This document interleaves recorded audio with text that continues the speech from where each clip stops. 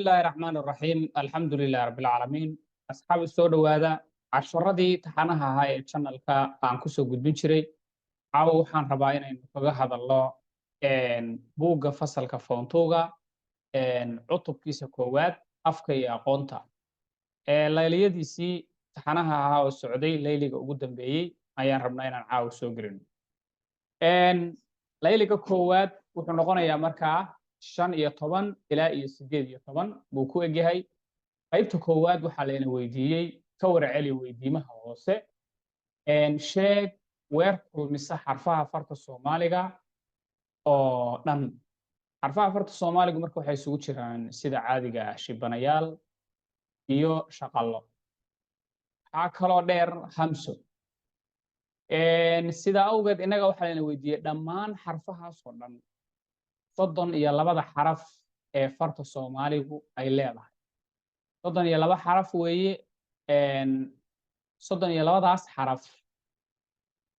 weer kulmisaba la weydiiyey ardaygu inuu soo raadsho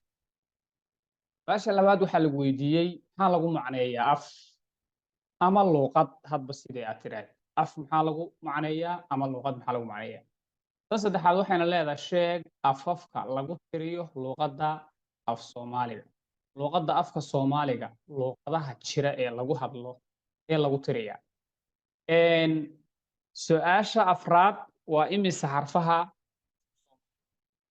afka Soomaaliga inta yihiin baadana laga rabaa su'aasha shanaad waxay leedahay maxay ku kala duwan yihiin dastuur ama dastuur hadba saa u dhahdo labadan eray kala duwanaanshahooda waa waxaa lagu weydiiyey inaad aan sii lugayn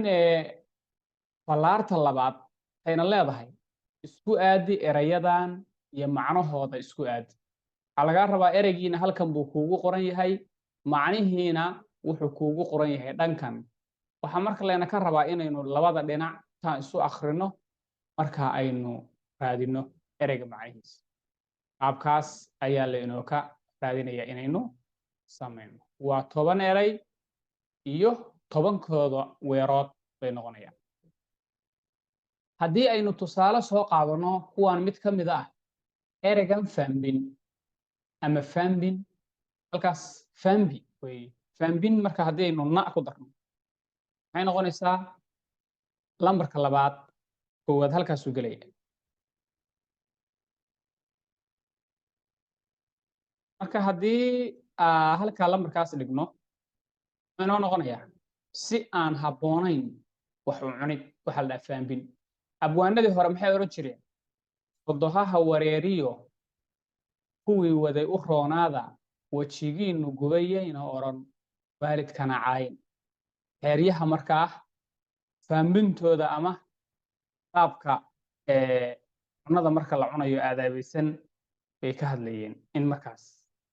dadku ay wax ka bartaan waayahay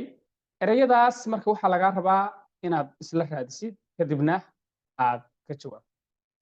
aynu sii lugaynee qaybta ku xigta waa fallaarta saddexaad waxay leedahay goobo geli xarafka saxda ah tusaale halkan waxaynoo ku qoran badar galaamayn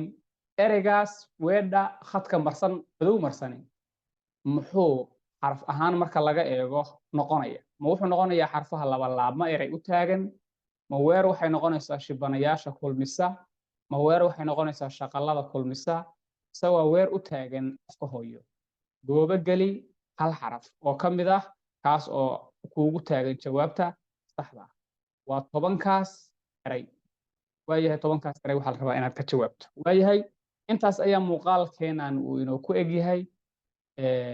cutubkaasna layligii ugu dambeeyey saas buu ku dhammaaday layliyada cutubada kalena ka shaqee kanalkana ku xirow wixii aad garan weydid soo celi